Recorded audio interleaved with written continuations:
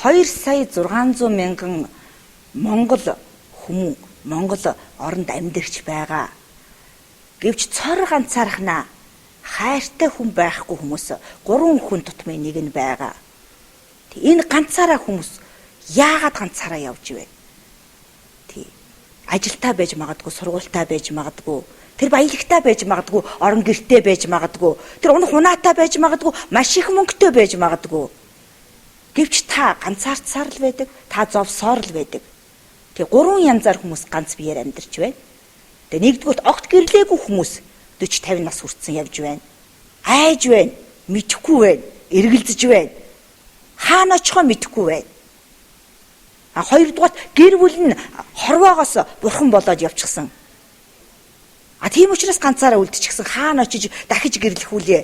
Тэг үргэлж ингэж ганцаараа үлдээд хорвоог дуусгах билүү? Энэ хэцүү. Үнэхээр хэцүү шүү. 3 дахь хүмүүс нь болохоор зан харьцаа тохирохгүй. Андуурч эндүрч суугаад салцсан байна.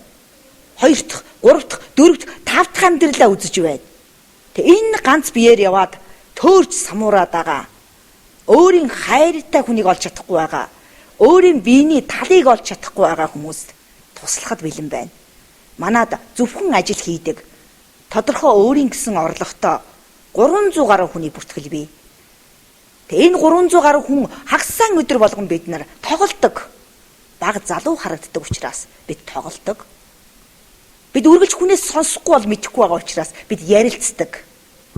Бид юу хүсэж байгаагаа бусад хүмүүсүүдэд ярилцах юм боломж нээгдсэн орчин өргөө байх хэрэгтэй учраас энэ ганц бие хүмүүсийг манайхыг зориосоо хурж ирж ганцаардлаас гараасаа хайрын дутагдал гэдэг өвчин байна. Энэ хайрын дутагдал гэдэг өвчнөөсөө салаасаа гэж ингэж үнэхээр хүсэж байгаа. Бид 16 жил явуулахдаа бид ингэж урьж байгаагүй.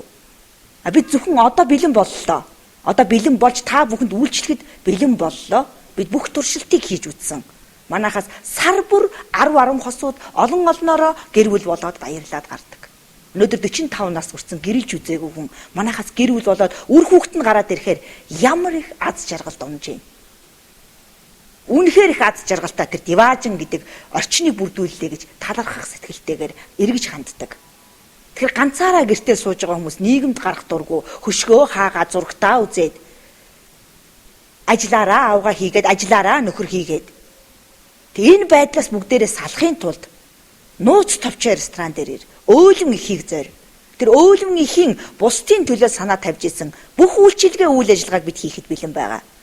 Тийм учраас манай өөлөн ихийг зорж энэ сайхан Монголын одоо сайхан байгаль модоор амьд модоор хийсэн уралсан энэ ур их сайтай ариун нандин дагшин өргөөн дээрж хагассайн өдөр бүр бүгдээрээ хамт тоглоё.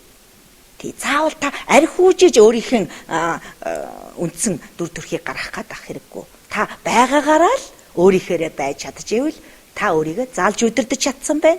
Та өөрийгөө хүн болгож чадсан байна гэж гэр бүл судлаач хүмүүс үздэг. Бид энгийн юмд маш их мөнгийг зориулаад байгаа. Энгийн өөрөө хүсээд гар хөлөө хөдөлгөөд хүрээд ирэх юм бол та эндээс таашаал авах боломжтой. Та заавал хор хэрэглэх хэрэггүй. Та заавал арх уух хэрэггүй. Та заавал тамхи татах хэрэггүй. Та заавал найзаасаа салчна гэж айсандаа буруу ярьж байгаа хүний үгэнд орох хэрэггүй. Та өөрийнхөө төлөө тэмцэх хэрэгтэй. Танд юу хэрэгтэй вэ гэдгийг таны найз мэдэхгүй, таны аав ээж мэдэхгүй. Зөвхөн та өөрөө мэднэ. Тийм учраас та өөрийнхөө толгойдох бодлыг боловсруулалт хийж ухаарч ойлгоод та чөлөөт цагаа өөрийнхөө зориг нэгт найз нөхдөдөө зориулах хэрэгтэй байна. Манайхыг заавал зориорой.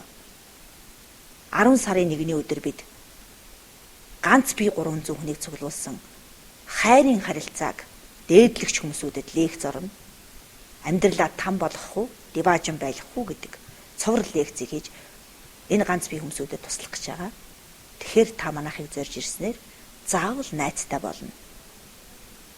Бүсгүйчүүд заавал эрэгтэй биш юм а гэд эмэгтэй найзтай болно. 100 төгрөгтэй байснаас 100 найзтай байсан дээр энийг бидний өвгдээд зүгээр нэг хэлээгүй байхаа гэж бид боддог.